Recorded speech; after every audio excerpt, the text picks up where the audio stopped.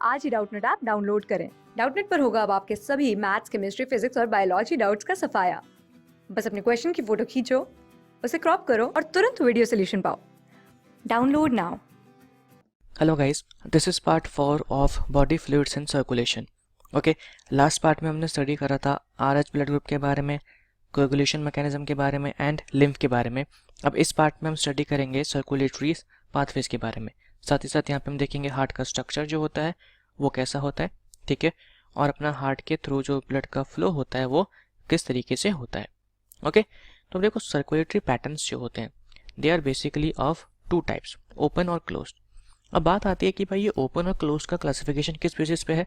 तो simple terms में अगर हम बताएं तो बस इतना समझ लो कि ओपन सर्कुलेटरी सिस्टम के केस में ब्लड वेसल्स जो होती हैं ये होती हैं एब्सेंट, जिस वजह से ब्लड जो होगा वो फ्लो करेगा किसके अंदर, बॉडी कैविटी के अंदर।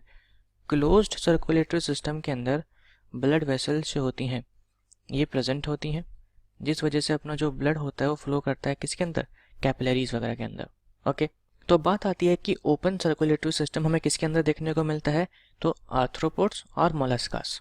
ठीक, अब यहाँ पे हार्ट क्या करेगा, पंप करता है ब्लड लार्ज वेसल्स के अंदर। अब वो लार्ज वेसल्स जो होती हैं फर्दर डिवाइड करके और कैपिलरीज वगैरह नहीं बनाती, ये डायरेक्टली ओपन इनटू स्पेसेस, ठीक है, और बॉडी कैविटी, और उस बॉडी कैविटी को हम क्या कहते हैं, साइनोसिस। तो ये नाम आपको याद रखना है, ठीक है। आपने क्या कहते हैं एनिमल किंगडम स्टडी करा होगा तो उसमें भी देखा होगा, वहाँ पे भी बात करी गई है open and close circulatory system के बारे में। आते हैं हम एनालीड्स एंड कॉर्डेट्स पे, तो इनके पास कैसा होता है, क्लोज सर्कुलेटरी सिस्टम होता है। देखो एग्जाम्पल आपको ये याद रखने हैं, ठीक है। फाइलम के एग्जाम्पल नाम तो याद होने चाहिए और फाइलम के कुछ एग्जाम्पल्स भी याद होने चाहिए, क्योंकि एग्जाम में पूछ लिया जाता है कि भैया इस एनिमल के अंदर क्लोज सर्कुलेटरी सिस्टम है या ओपन सर्कुलेटरी सिस्टम है, ठीक है। तो इस केस में क्या होता है कि blood pumped by heart is always circulated through closed network of blood vessels. तो यहाँ पे हमें ब्लड वेसल्स वगैरह देखने को मिलता है। ओके, अब अपना जो ये क्लोज सर्कुलेटरी सिस्टम होता है ये ज़्यादा एडवांटेजेस होता है। क्यों? क्योंकि यहाँ पे जो फ्लो फ्लूइड होता है उसको रेगुलेट किया जा सकता है। देखो होगा क्या कि अभी आपका ओपन के केस में ब्लड जो है वो डायरेक्ट कॉन्टैक्ट में है किसके, टिश्यूज़ वगैरह के और ऑर्गन्स वगैरह के, ठीक है। तब उन टिश्यूज़ को ज़्यादा ऑक्सीजन चाहिए, कम ऑक्सीजन चाहिए, पूरा का पूरा ब्लड उनके आसपास प्रेजेंट है, कुछ रेगुलेशन वगैरह नहीं है। लेकिन होता क्या है in case of close circulatory system, आपको पता है कि कैपिलरीज वगैरह प्रेजेंट होती हैं। अगर आप डिटेल में स्टडी करेंगे तो इन कैपिलरीज के भी टर्मिनल एंड पे प्रेजेंट होते हैं कुछ वाल्व्स, ठीक है, जो कब ओपन करते हैं, जब ऑर्गन को ज़्यादा ब्लड चाहिए होता है तो वो ओपन कर जाते हैं, ठीक है, जब नहीं चाहिए होता है तो क्लोज रहते हैं। तो कहीं ना कहीं यहाँ पे हमें रेगुलेशन देखने को मिलता है in case of closed circulatory system. तो आपको बस यही याद रखना है क्या, कि ये थोड़ा एडवांटेजेस होता है किसके ऊपर, ओपन के ऊपर। क्यों? क्योंकि इसको रेगुलेट किया जा सकता है। ओके, हो सकता है एग्जाम पे सिंपल सा क्वेश्चन पूछ ले कि कौन सा अपना सर्कुलेटरी सिस्टम ज़्यादा एडवांटेजेस होता है, ओपन और क्लोज, ठीक है। अब हम बात करेंगे हार्ट के बारे में कि डिफरेंट ऑर्गेनिजम्स के अंदर हमें कितने चेम्बर्ड हार्ट देखने को मिलते हैं। तो देखो जितने भी वर्टिब्रेट्स होते हैं वो पोजेस करते हैं क्या, एक मस्कुलर चेम्बर्ड हार्ट, ठीक है। चेम्बर्स मतलब कि सिंपली समझ लो उसके अंदर हमें कंपार्टमेंट देखने को मिलते हैं, ठीक है। तो फिशेस जो होती हैं अपनी, फिशेस के अंदर मिलते हैं दो चेम्बर्ड हार्ट, एक एट्रियम और एक वेंट्रिकल। अब एट्रियम और वेंट्रिकल का क्लासिफिकेशन किस बेसिस पे है कि कौन सा चैम्बर ब्लड को रिसीव कर रहा है। तो एट्रियम्स जो होते हैं अपने वो ब्लड को रिसीव करते हैं और वेंट्रिकल जो होते हैं ये ब्लड को पंप करते हैं। सिंपल। आते हैं हम एम्फीबियंस पे, तो एम्फीबियंस और रेप्टाइल्स जो होते हैं उनके पास प्रेजेंट होते हैं three chambered heart. Three chambered heart कैसे, दो एट्रिया होंगे, एक सिंगल वेंट्रिकल होगा, ठीक है, एक्सेप्ट किसको छोड़ के, क्रोकोडाइल को छोड़ के। तो ये आपको याद रखना, एग्जाम में पूछा जाता है कि ऐसा कौन सा रेप्टाइल है जिसके फोर चैम्बर्ड हार्ट है। तो क्रोकोडाइल, बर्ड और मैमल ये पोजेस करते हैं फोर चैम्बर्ड हार्ट। यहाँ पे दो एट्रियास प्रेजेंट होते हैं और दो ही वेंट्रिकल्स प्रेजेंट होते हैं, ठीक है। अब हम आते हैं वापस फिशेस के अंदर, देखते हैं कि फिशेस के अंदर सर्कुलेशन वगैरह कैसा होता है। तो इसको हम समझेंगे एक डायग्राम की हेल्प से। यहाँ पे देखो ये है अपना टू चैम्बर्ड हार्ट, ठीक है, डेट मीन्स कि किसका हो गया, फिशेस का हो गया। अब फिश के केस में क्या होता है कि अपने जो ये देखो ए मीन्स एट्रियम, तो एट्रियम जो होता है ये ब्लड रिसीव करता है पूरी बॉडी से। हमने कहा था कि एट्रियम और वेंट्रिकल का क्लासिफिकेशन किस बेसिस पे है कि एट्रियम जो होते हैं ये ब्लड को रिसीव करते हैं और वेंट्रिकल्स जो होते हैं क्या करते हैं, पंप करते हैं। तो एट्रियम ब्लड रिसीव कर रहा है वाया वेन और साइनस वेनोसस। तो जब बॉडी से ब्लड आता है तो वो कैसा होता है, डीऑक्सीजनेटेड ब्लड। अब डीऑक्सीजनेटेड ब्लड समझाने की तो ज़रूरत है नहीं, क्योंकि हमने breathing and exchange of gases में पढ़ा था। डीऑक्सीजनेटेड मतलब कि जिसके अंदर ऑक्सीजन ना हो, सिंपल। ओके, ये ब्लड एट्रियम से जाता है वेंट्रिकल्स के अंदर, वेंट्रिकल्स से ये जाता है कहाँ पे, अओर्टा के थ्रू गिल्स के पास। अब गिल्स से ये जाता है बॉडी में, और बॉडी के फिर से वेन्स वगैरह के थ्रू आ जाता है अपना एट्रियम के अंदर। इस टाइप ऑफ सर्कुलेशन को हम क्या कहते हैं, सिंगल सर्कुलेशन। तो ये हो गया अपना सिंगल सर्कुलेशन। आते हैं हम एम्फीबियंस पे और रेप्टाइल्स पे। तो यहाँ पे क्या होता है, देखो हमने बोला था कि यहाँ पे भैया वेंट्रिकल प्रेजेंट होता है सिंगल। एम्फीबिया और रेप्टाइल के केस में डिफरेंस क्या होता है कि वेंट्रिकल जो होते हैं इन केस ऑफ एम्फीबिया, उसके अंदर इनकम्प्लीट सेप्टा भी प्रेजेंट नहीं होता। ठीक है, यहाँ पे देखो, यहाँ पे वेंट्रिकल्स के बीच में प्रेजेंट होता है इनकम्प्लीट सेप्टम। यहाँ पे भी देखो, अब होगा क्या कि ये अपना जो होता है राइट एट्रियम, ये रिसीव करता है ब्लड कहाँ से, फ्रॉम बॉडी। तो इसको हम लिखते हैं ग्रीन से, रुको इसको यहाँ पे इरेज कर देते हैं। ये रिसीव करता है कहाँ से, ब्लड, बॉडी से। ये भी अपना रिसीव करेगा ब्लड बॉडी से। अब जो अपना लेफ्ट एट्रियम होता है ये रिसीव करता है ब्लड कहाँ से, लंग से। ये भी रिसीव करेगा ब्लड कहाँ से, लंग से। अब होगा क्या कि जैसे ही ब्लड अपना यहाँ पे आएगा, क्योंकि वेंट्रिकल में पार्टीशन नहीं है, ठीक है, तो अल्टीमेटली अपने ऑक्सीजनेटेड और डीऑक्सीजनेटेड ब्लड मिक्स कर जाएंगे। फिर वेंट्रिकल उसको, वही ब्लड जो होता है उसको बॉडी के अंदर पंप करता है। तो बेसिकली इस टाइप ऑफ सर्कुलेशन को हम क्या कहते हैं, इनकम्प्लीट सर्कुलेशन, जहाँ पे ब्लड की क्या हो, मिक्सिंग हो जाए। तो ये हो जाएगा अपना इनकम्प्लीट सर्कुलेशन। आते हैं मैमल्स के केस में, बर्ड के केस में और क्रोकोडाइल्स के केस में। यहाँ पे आप देख सकते हैं वेंट्रिकल्स के बीच में भी, राइट वेंट्रिकल लेफ्ट वेंट्रिकल के बीच में कंप्लीट पार्टीशन है। तो अब होगा क्या यहाँ पे कि ये रहा लेफ्ट एट्रियम, यहाँ पे ब्लड आएगा लंग्स के थ्रू, यहाँ पे ब्लड आएगा बॉडी के थ्रू।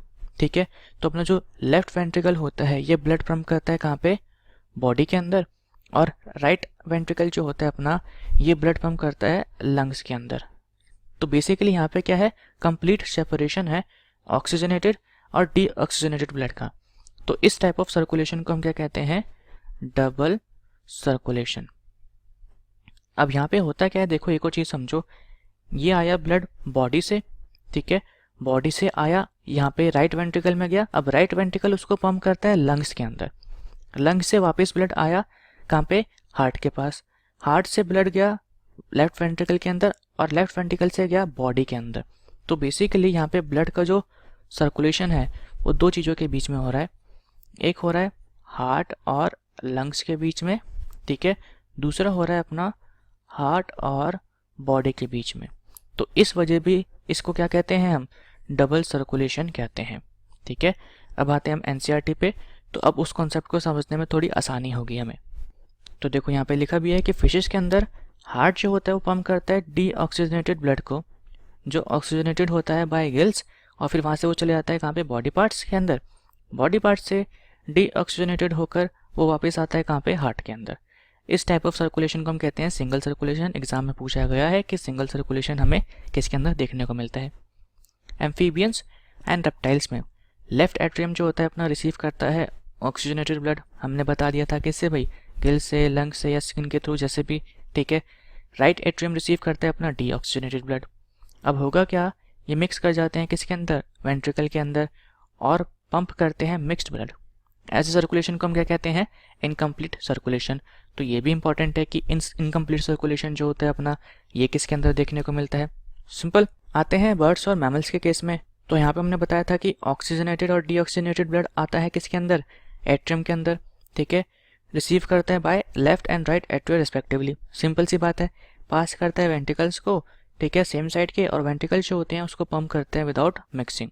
तो यहाँ पे दो सेपरेट सर्कुलेटरी पाथवेज अपने प्रेजेंट होते हैं ऑर्गेनिज्म के अंदर, और ऐसे सर्कुलेशन को हम क्या कहते हैं, डबल सर्कुलेशन। अब यहाँ पे हमें फोकस करना है किसके बारे में, ह्यूमन सर्कुलेटरी सिस्टम के बारे में। बाकी कोई भी सर्कुलेटरी सिस्टम आपको यहाँ पे नहीं पढ़ना है। ओके, तो अब हम स्टार्ट करेंगे ह्यूमन सर्कुलेटरी सिस्टम के बारे में, और उसमें देखेंगे सबसे पहले कि अपना जो हार्ट होता है उसका कैसा स्ट्रक्चर होता है, कौन कौन से हमें यहाँ पे चीज़ें देखने को मिलती हैं और उनका क्या क्या फंक्शन होता है। ओके, तो देखो अपना जो ह्यूमन सर्कुलेटरी सिस्टम होता है इसको हम क्या कहते हैं, ब्लड वैस्कुलर सिस्टम भी कहते हैं। अब इसके अंदर क्या क्या प्रेजेंट होता है, तो एक मस्कुलर चेम्बर्ड हार्ट, ठीक है, network of closed branching blood vessels, blood जो अपना फ्लूइड होता है जिसका सर्कुलेशन किया जाता है। हार्ट जो होता है, अब सबसे इंपॉर्टेंट बात, ये मेसोडर्मल होता है इन ओरिजिन। हमें पता है कि अपनी 3 जर्म लेयर होती हैं, कौन कौन सी, एक होता है एक्टोडर्म, ओके, फिर यहाँ पे आता है एंडोडर्म, और एक होता है अपना मेसोडर्म। तो मेसोडर्म बेसिकली एक्टोडर्म और एंडोडर्म के बीच में प्रेजेंट होती है। तो अपना हार्ट जो है ये ओरिजिनेट करता है किससे, फ्रॉम मेसोडर्म से। अब इसका लोकेशन कहाँ पे सिचुएटेड होता है, थोरैसिक कैविटी में, लंग्स के बीच में। जब breathing and exchange of gases हम पढ़ रहे थे तो हमने एक डायग्राम भी बनाया था, यहाँ पे देखो ऐसे करके, अपना एक लंग्स ऐसे था और एक लंग जो था वो कुछ इस तरीके का था यहाँ पे, ठीक है, एक लंग के यहाँ पे कैविटी थी और इसी कैविटी में यहाँ पे प्रेजेंट होता है अपना हार्ट, ठीक है। तो यहाँ पे लिखा भी है कि स्लाइटली टिल्टेड टू लेफ्ट। इसका साइज कितना होता है, क्लेंच्ड फिस्ट के साइज के जितना, यानी कि अपना मुट्ठी को बंद करके देखो तो उतना ही आपके हार्ट का साइज होगा। ओके, अब आगे मूव करते हैं। यहाँ पे क्या कह रहा है कि अपना जो हार्ट होता है वो प्रोटेक्टेड होता है by double walled membranous bag, जिसको हम कहते हैं पेरिकार्डियम, और इसके अंदर प्रेजेंट होता है पेरिकार्डियल फ्लूइड। तो बेसिकली जैसे मान लो अगर अपना ये एक हार्ट है तो इसके अराउंड प्रेजेंट होती है डबल वॉल्ड लेयर, यानी कि एक ऐसे और एक इसके ऊपर, और इस मेम्ब्रेन के बीच में यानी कि यहाँ पे प्रेजेंट होता है फ्लूइड। इस फ्लूइड को हम क्या कहते हैं, पेरिकार्डियल फ्लूइड, और ये जो डबल वॉल्ड बैग है इसको हम क्या कहते हैं, पेरिकार्डियम। सिंपल। अब एग्जाम में कभी कभी पूछ लिया जाता है कि जो इनर वाली वॉल होती है ऑफ पेरिकार्डियम उसको हम क्या कहते हैं, तो यहाँ पे हम लिख देते हैं इनर वॉल जो होती है ऑफ पेरिकार्डियम उसको हम क्या कहते हैं, विसरल, ओके, और आउटर जो होती है उसको हम क्या कहते हैं, पेराइटल। तो ये नाम आपको याद रखने एग्जाम में पूछे जा चुके हैं। इन दोनों के बीच में प्रेजेंट होता है फ्लूइड, जिसको हमने पढ़ा कि वो क्या है, अपना पेरिकार्डियल फ्लूइड, और ये वर्क करता है एज शॉक एब्जॉर्बर, ठीक है, यानी कि जब पंपिंग होती है, हार्ट अपना कॉन्ट्रैक्ट और एक्सपेंड करता है तो उस टाइम पे ये as a shock absorber work करता है। ओके, अब नेक्स्ट पॉइंट पर मूव करते हैं। हमने ऊपर भी देखा था कि अपना जो हार्ट होता है, ठीक है, उसके अंदर प्रेजेंट होते हैं 4 चेम्बर्स, 2 एट्रियम और 2 वेंट्रिकल। एट्रियम जो होते हैं यूजुअली स्मॉल होते हैं, आप नीचे इस डायग्राम में देख भी सकते हैं। ये जो है अपने, ठीक है, ये वाला एट्रियम है और यहाँ पे ये वाला एट्रियम है, ये पूरा का पूरा वेंट्रिकल है और ये भी पूरा का पूरा वेंट्रिकल है। तो कहीं ना कहीं एट्रियम्स कैसे हैं, स्मॉल होते हैं, और वेंट्रिकल जो होते हैं कैसे होते हैं, लार्ज होते हैं। अब देखो एक और इम्पॉर्टेंट बात, इसको यहाँ पे हम इरेज कर देते हैं।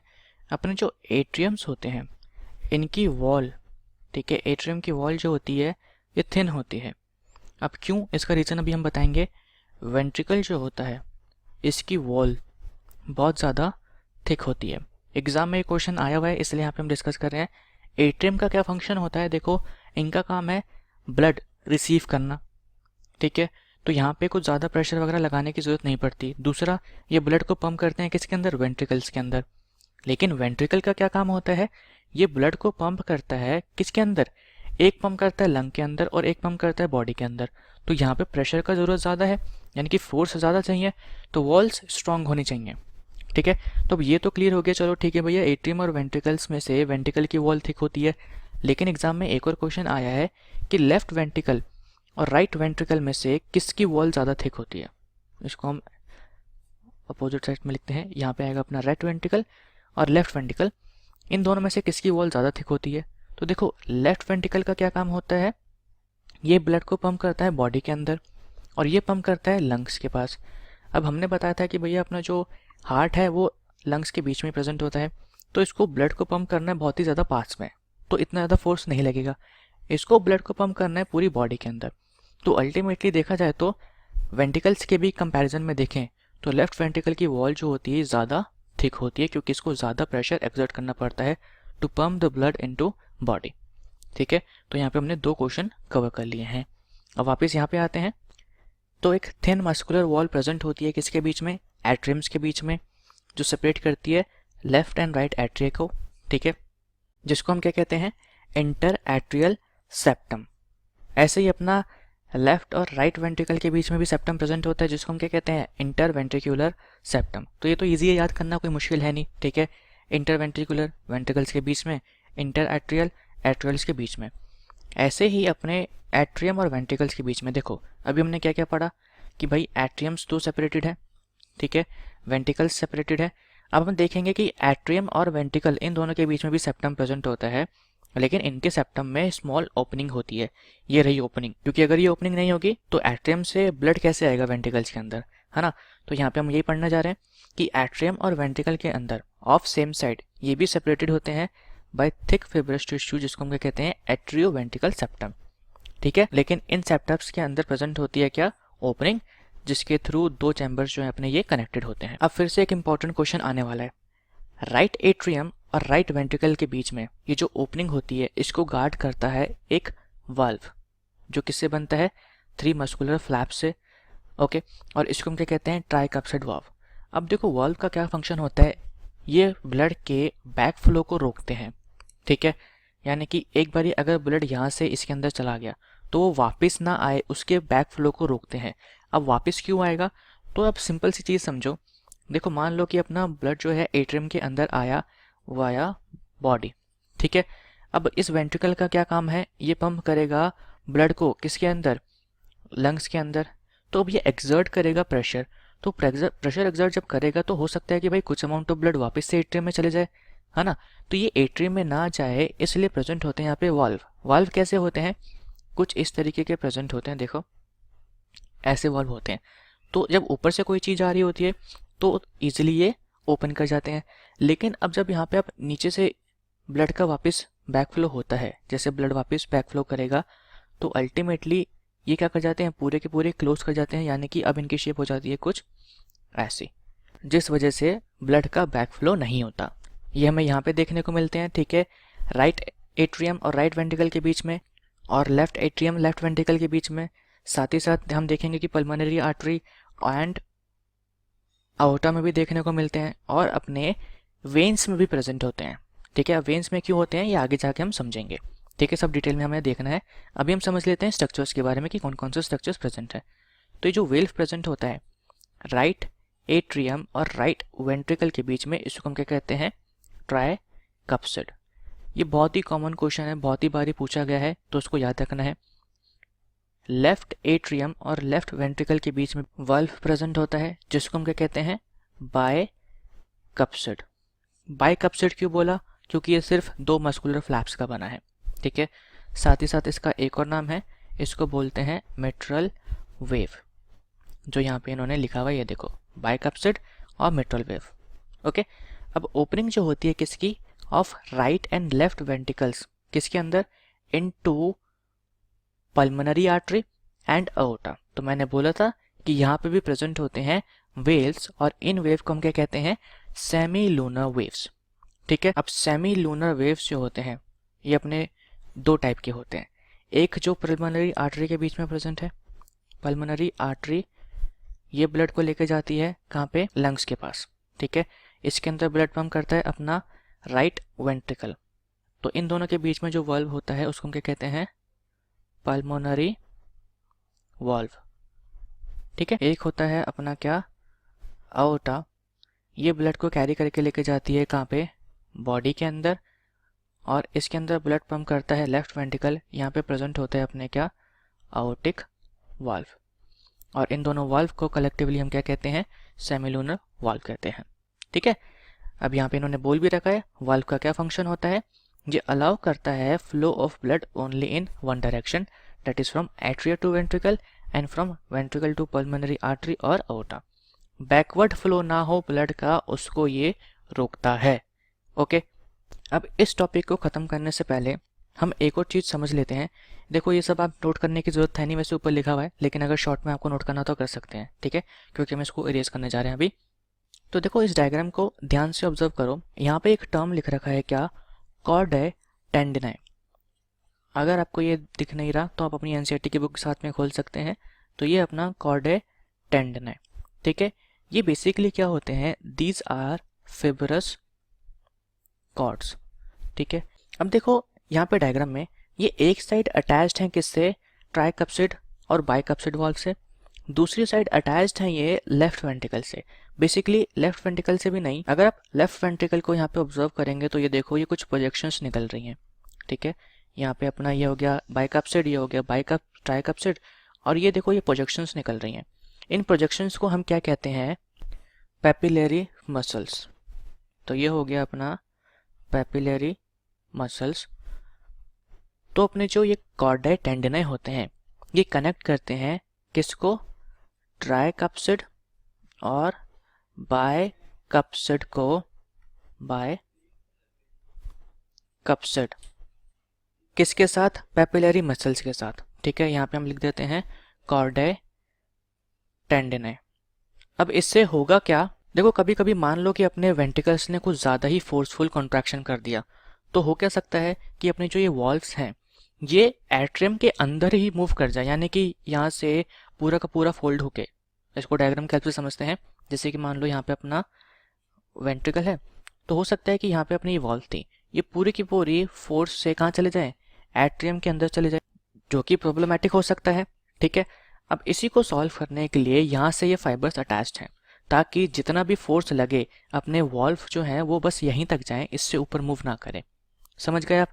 अब सारा ये जो कहानी हमने पढ़ा, क्यों पढ़ा, क्योंकि एग्जाम में क्वेश्चन पूछा गया है कि कॉर्डाई टेंडिनाई कहाँ पे प्रेजेंट होते हैं, किसको किससे कनेक्ट करते हैं।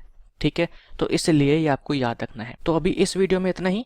नेक्स्ट वीडियो में हम स्टार्ट करेंगे अपने हार्ट के कंडक्टिंग सिस्टम से, कि जो इम्पल्स है उसका बेसिकली कंडक्शन कैसे होता है। ठीक है, और साथ ही साथ हम देखेंगे किसके बारे में, कार्डियक साइकिल के बारे में। Thank you so much.